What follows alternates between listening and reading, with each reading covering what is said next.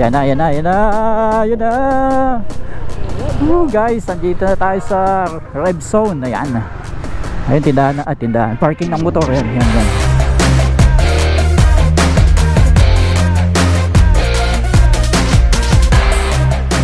Dito tayo sa palengke ng mga motor. At naka-receive tayo ng text message sa isang employee dito na mayroon na daw mga bagong dating na motor. At kung papalarin tayo, baka mag-uwi tayo ng isa, no? Titingnan natin kung ano yung kakasya sa ating budget. At dito yan, yan. Epson. Yan. Epson Yamaha. So, dito yan sa Tibog. Ayan, maya-maya lang pasok na tayo. Baka nandiyan na hinahanap na tayo ng agent, ano? At shoutout kay Motochem. Yan, true friend. Shoutout sa mga true friend natin dyan. Yan, I am Jamich in the house. Yes, siya yung ating driver ngayon. Tayo yung official back ride niya, no? OBR. At tara, let's go. Pasok na tayo. Vlogger na vlogger, ha?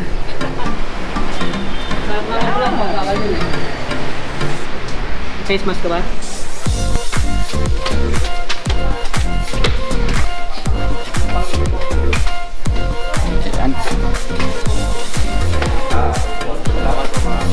So first time natin nakaakyat dito sa taas na may mga helmet din pala sila.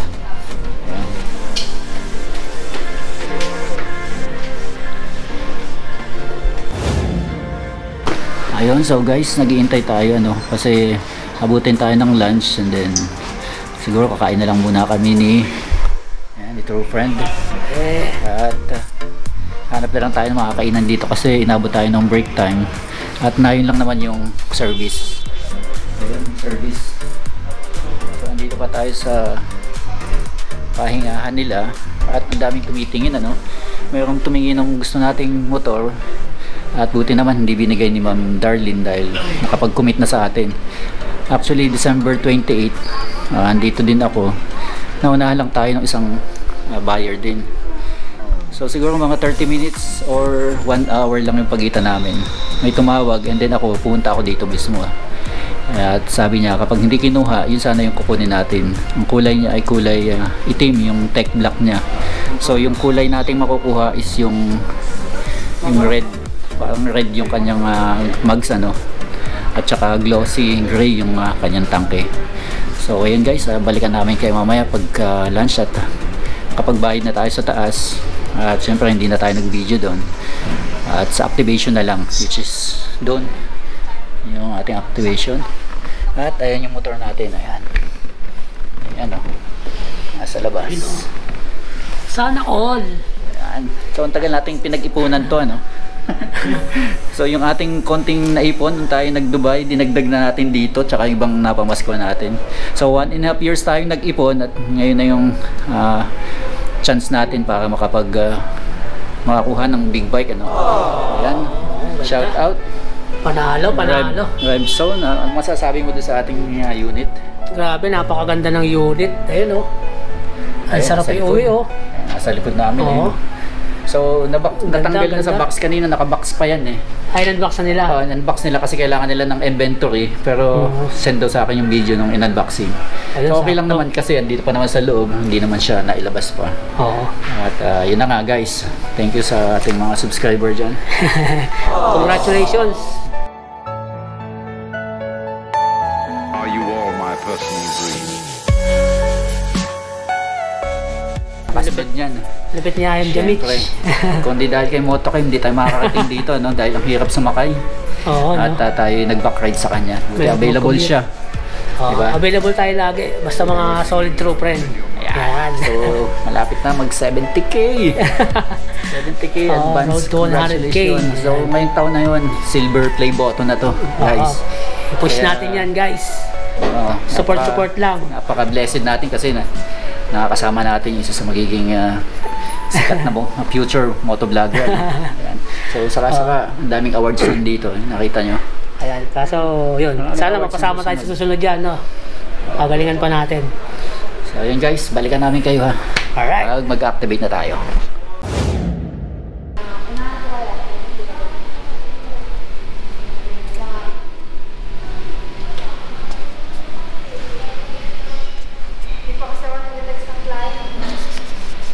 So sold out na siya. At sa atin na tong motor na to.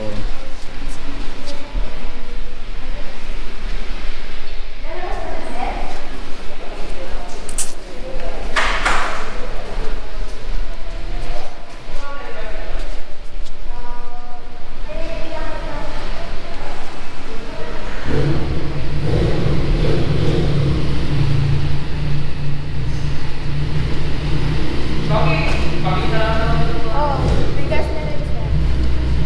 Malabas ko na sir ha. Sige. Saglit lang naman to, tapos yung papers naman naayos na.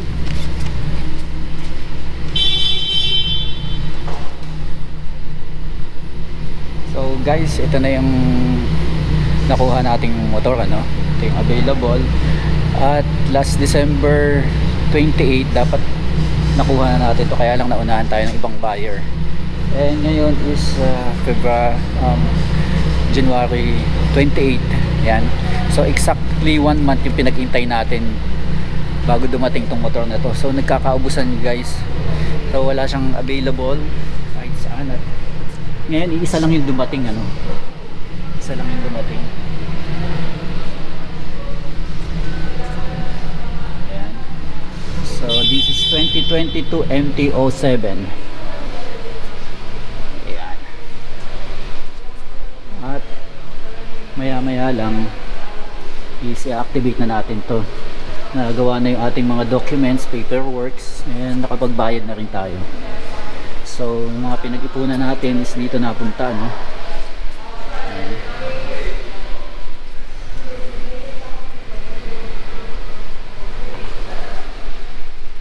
So guys, gusto ko kasi yung tunog ng parallel twin na cross plane, at saka yung kanyang engine is 270 degrees.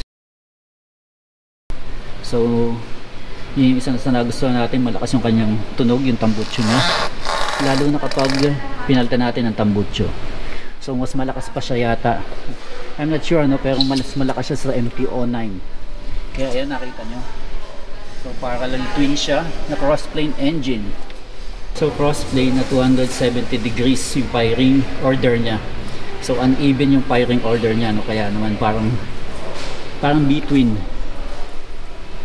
So para tayong naka-Ducati sa murang halaga, or Harley. Yan.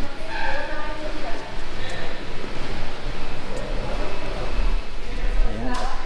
Nandito pa rin tayo sa Timog Rev Zone.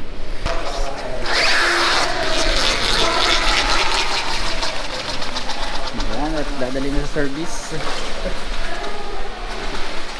Kuya, bawal na dyan? Yes sir. Pero magkikip ka lang ako sa jet. Pag mag-start lang ha. Tawagin mo ako. Thank you sir. Okay, thank you. Chill na lang. Ano rin Magtatapos si sa history akin. ng Sige, motor? gusto mo Oo. ng tulad. Gusto ko sa pula or blue? Ayun, tinawag na ako.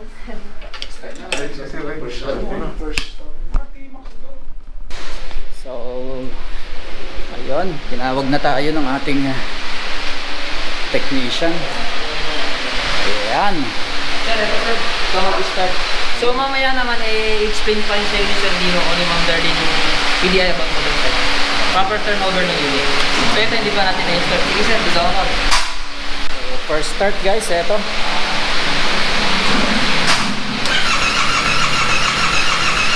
Up. Control lang natin yung pump. Hindi. Yun. Second start siya. Ayun natin sir ha.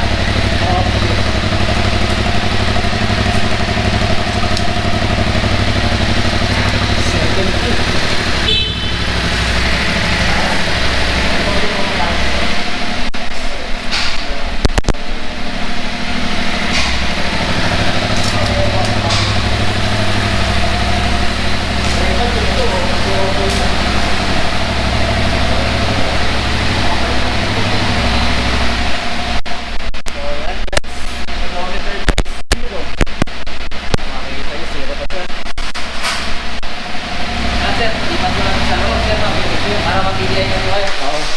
So balik pa tayo guys, pina-start lang natin, ano, tayo yung nag-start.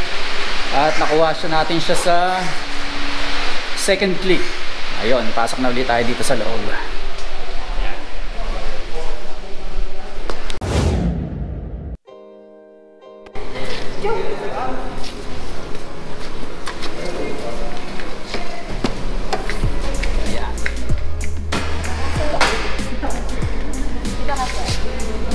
Tapos, sir, ganito ka.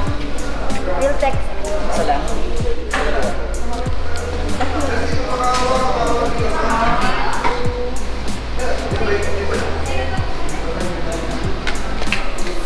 Thank you. Shout out, FSR. Only paringit, FSR. Yun. Yeah. Yun o, FSR o. Tatlo kami. Shout out sa Agila. Agila. Ito, Junicio, FSR. Ayun. Maraming salamat po sir. Ingat po kayo sa biyahe. Ingat din, ingat. Oh, thank you po. Thank you. Abangan niyo po sa vlog ni I am Jamik.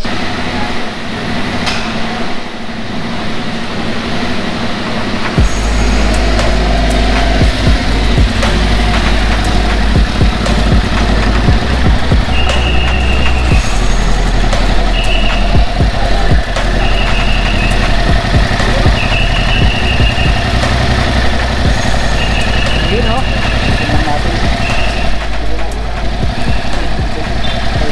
Okay lang.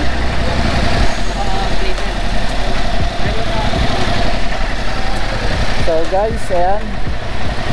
Pinapainit lang natin saglit yung makina, no? Tapos lalabas na rin agad natin. Ilabas na natin sa wheel tech, andito pa rin tayo. Ayan. So red zone. Shout out sa red zone. Odometer 0. Ayan.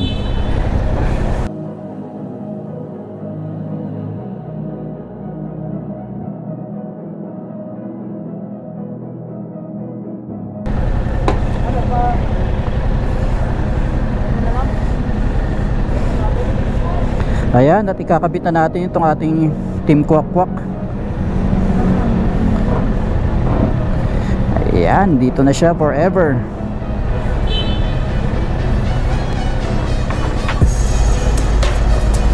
Yun, may pesto na sa Team Kwak Kwak.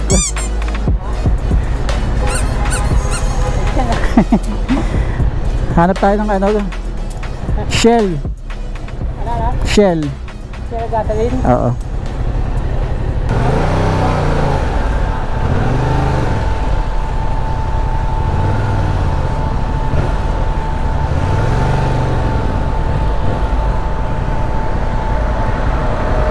Alright, nakapagpagas na tayo.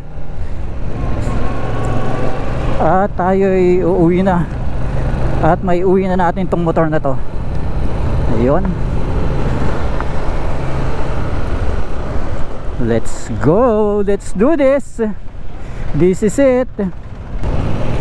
So alalay lang muna tayo kasi madulas sa panggulong kapag bago pa. Kailangan pa natin i-break in.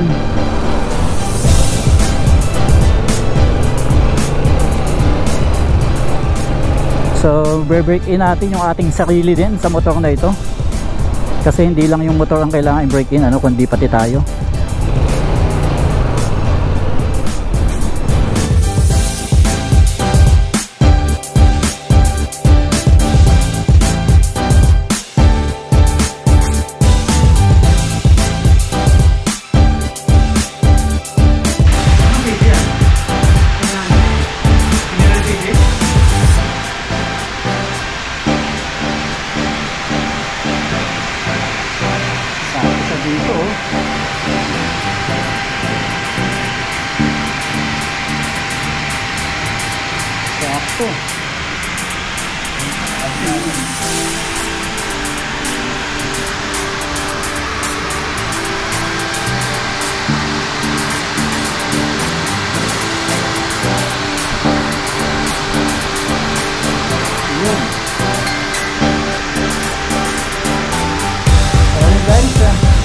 Reviewin na lang ulit natin yung motor na to.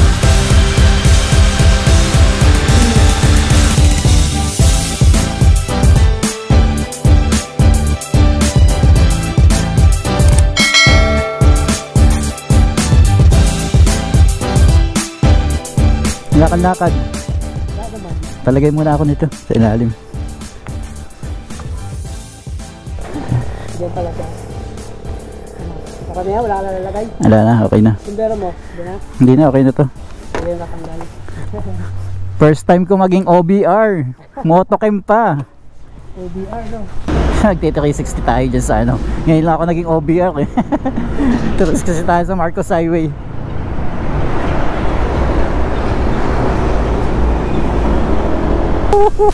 Ayos. Hindi naman bawal to, di ba? Hindi naman ako driver eh. Ay, sorry. Lagi tumatama yung ating camera. Yan oh, Marcos Highway oh. Mga nakakita sa atin yung sabihin nun, parang tanga yung dalawa. Motocam na yan oh. First time maging OBR ni Motocam pa oh. Libre yakap. Okay, mukhang tanga, ganun talaga, no? Ganun talaga.